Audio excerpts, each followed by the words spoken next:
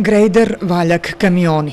Ekipe javnog preduzeća Pazar put angažovani su na jednom od 30 putnih pravaca u seoskim mesnim zajednicama Vrnjačke opštine na kojima se radi punom parom u završnici ove sezone. Konkretno, reč je o zaseoku Stevanović i Marinkovići u Novom Selu i putu dužine 130, a širine 3 metra. Posle skidanja površinskog sloja makadama tokom 4 radna dana izvršeno je posipanje i valjanje, odnosno sve pripremne radnje za asfaltiranje.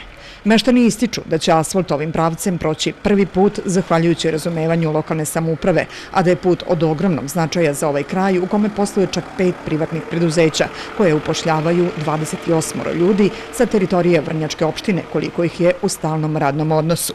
Put je od velikog značaja zarad lakšeg prilaza i komunikacije, odnosno firme su takvog karaktera da zahtevaju konstantnu kontrolu, nadzor republičkih inspekcija i saradnju sa istima.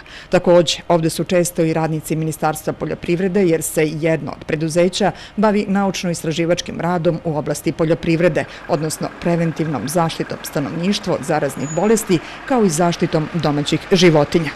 U trenutku kada ovaj materijal bude prikazan, put će biti završen, a mašine izmeštene na sledeću lokaciju.